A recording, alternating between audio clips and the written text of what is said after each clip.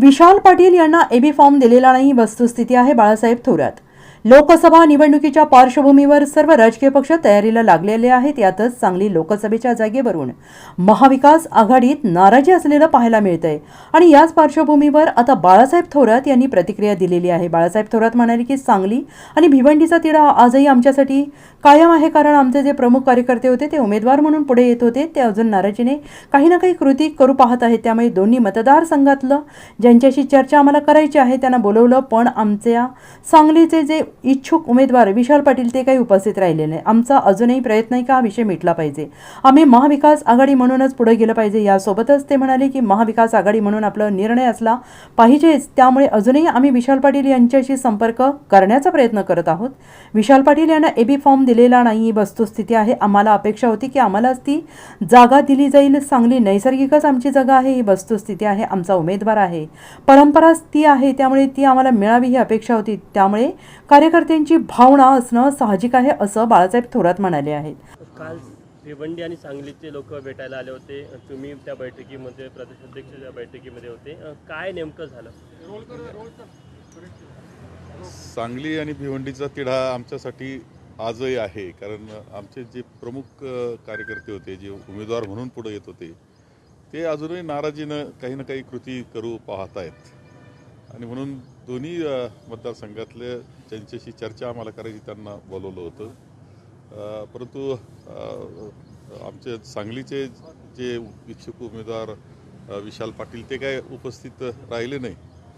बाकी कार्यकर्ते, प्रमुख कार्यकर्ते आले होते. विश्वजित कदम होते, पृथ्वीराज पाटील होते, त्याचप्रमाणे आमदार सावंत होते. बाकी आम्ही चर्चा त्यांच्याशी केलेली आहे आणि आमचा अजूनही प्रयत्न आहे की हा विषय मिटला पाहिजे.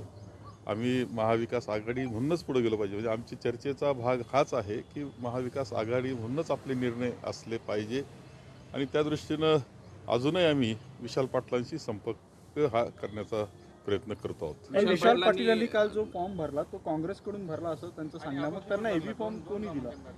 नाही, एबी फॉर्म तर बिलकुल दिलेला नाही, ही वस्तुस्थिती आहे. हे खरं आहे की आमची सेंट्रल इलेक्शन कमिटी जी असते, स्वतः सोनियाजी ज्यामध्ये बसतात, त्यामध्ये आम्ही विशालचं नाव हे त्यामध्ये मान्य करून घेतलेलं होतं. कारण आम्हाला अपेक्षा होती की आम्हालाच ती जागा दिली जाईल आणि नॅचरली दिली जाईल, म्हणजे सहजतेनं मिळेल असं वाटत होतं. दुर्दैवानं तसं घडलं नाही. परंतु एबी फॉर्म मात्र त्याने बिलकुल दिलेला नाही. वेगळा पर्याय आहे का? म्हणजे कार्यकर्त्यांची जी भावना आहे की काहीतरी आणखी परत या निर्णयात पुनर्विचार करावा. हा खूपच म्हणजे ते वातावरण सांगली नैसर्गिकच आमची जागा आहे, ती वस्तुस्थिती आहे. आमचा उमेदवार आहे, परंपरा ती आहे, त्यामुळे ती आम्हाला मिळावी ही अपेक्षा होती. त्यामुळे कार्यकर्त्यांची भावना असणं साहजिक आहे. परंतु आपण ज्यावेळेस एकत्र काही पक्षांना घेऊन पुढे जात असतो महाविकास आघाडीच्या माध्यमातून किंवा कुठेही, त्यावेळेस काही फायदे तोटेसुद्धा, त्याचे फायदे जसे घ्यायचे असतात तसे तोटे घ्यायचे असतात. त्या पद्धतीनं संयमानं कार्यकर्त्यांनी राहून महाविकास आघाडीशी संलग्न काही गोष्टी कराव्यात, एवढीच अपेक्षा आमच्या. मागे घेणार फॉर्म की मग तो कायम बंडखोरी राहणार? प्रयत्न केले नाही बोलणार. मी तेच सांगितलं, मी अजूनही विशाल पाटलांशी आम्ही बोलू.